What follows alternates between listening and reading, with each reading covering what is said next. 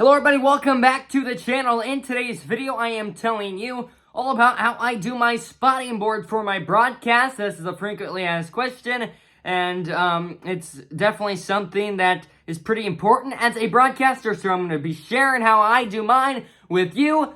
First of all, ignore the background. If you are not aware, we are redoing my office/studio, whatever you want to call it. So I'm really excited for some videos in the future, but it's starting with fixing a couple cracks in the wall. Then we'll paint it, move a ton of new furniture in here and everything. It will look great, so stay tuned for that. But first, let's flip the camera angle, and I am going to show you some spotting boards from basketball, basketball, hockey, all the sports I do, and I hope to share with you some behind the scenes of how I prepare and all for broadcasts.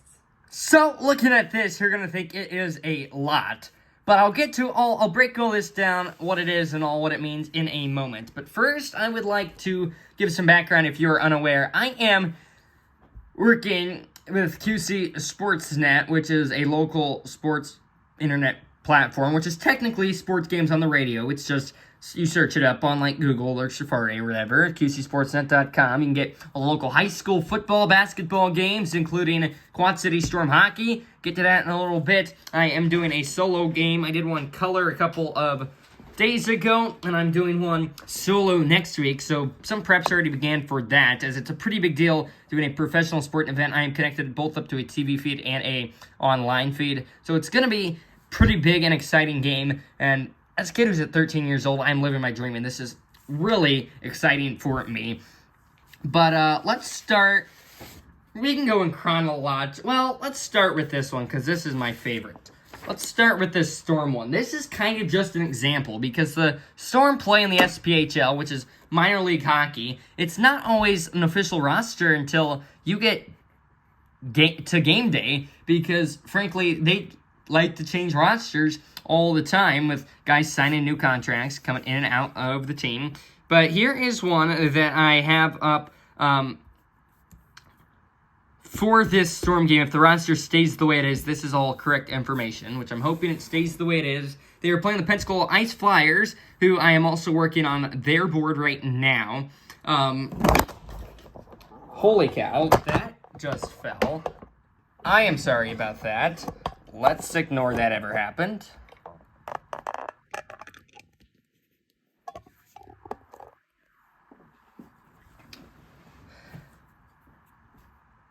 But anyway, sorry about that. But anyway, so I'll have one for Pensacola.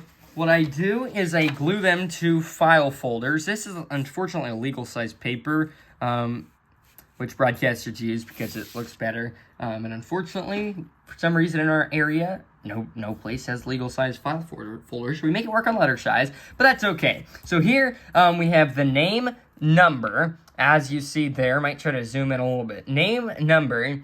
Down below you have D, defenseman, 6'3", 220 pounds, Dearborn Heights, Michigan. All that main information right in one spot. Here's the stat line: games played, goals, assists, points, and then some big pointers for him.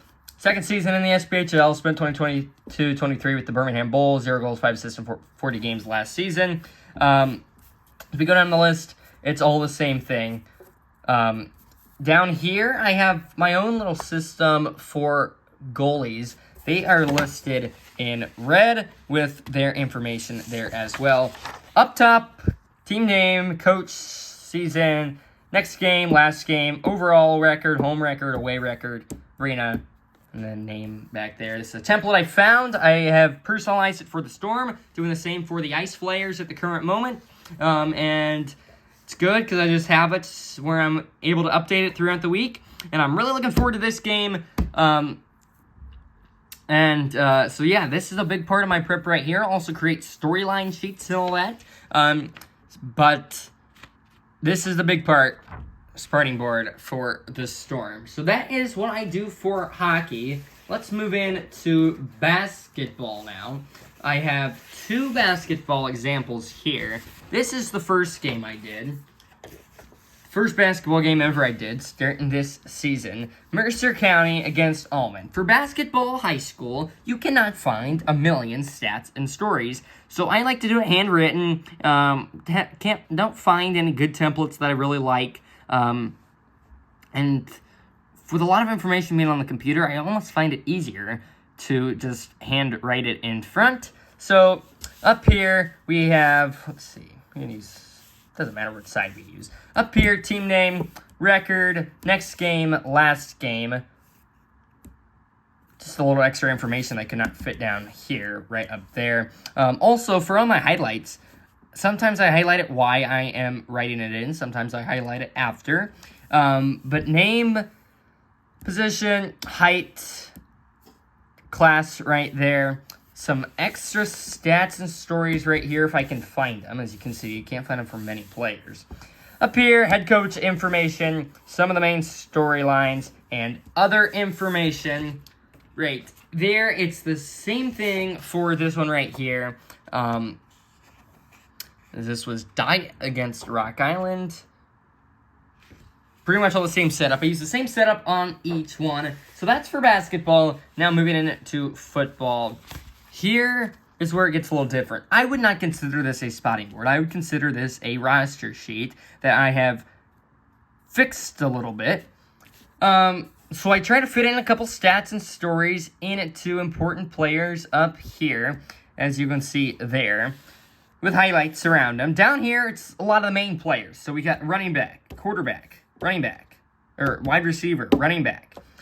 Then down here at the very bottom, we have a defensive...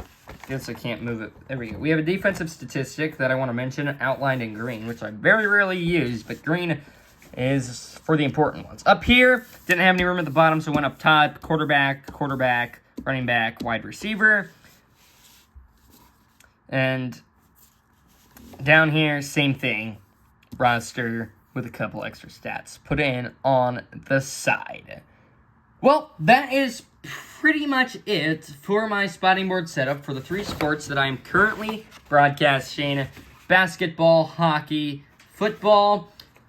Really looking forward to getting more games in, getting more experience. Again, I am on QCSportsnet.com. That is where you will find all of my broadcasts for the most part. And I have had a blast doing it, and I look forward to doing it for a long time to come. Well, everybody, thank you so much for watching. Hopefully this helped you out if you are aspiring broadcasters such as myself. And hopefully helped you learn a little bit about broadcasters prep if you were not familiar. So, wanted to share this with you. Hope you enjoyed. Goodbye, everybody.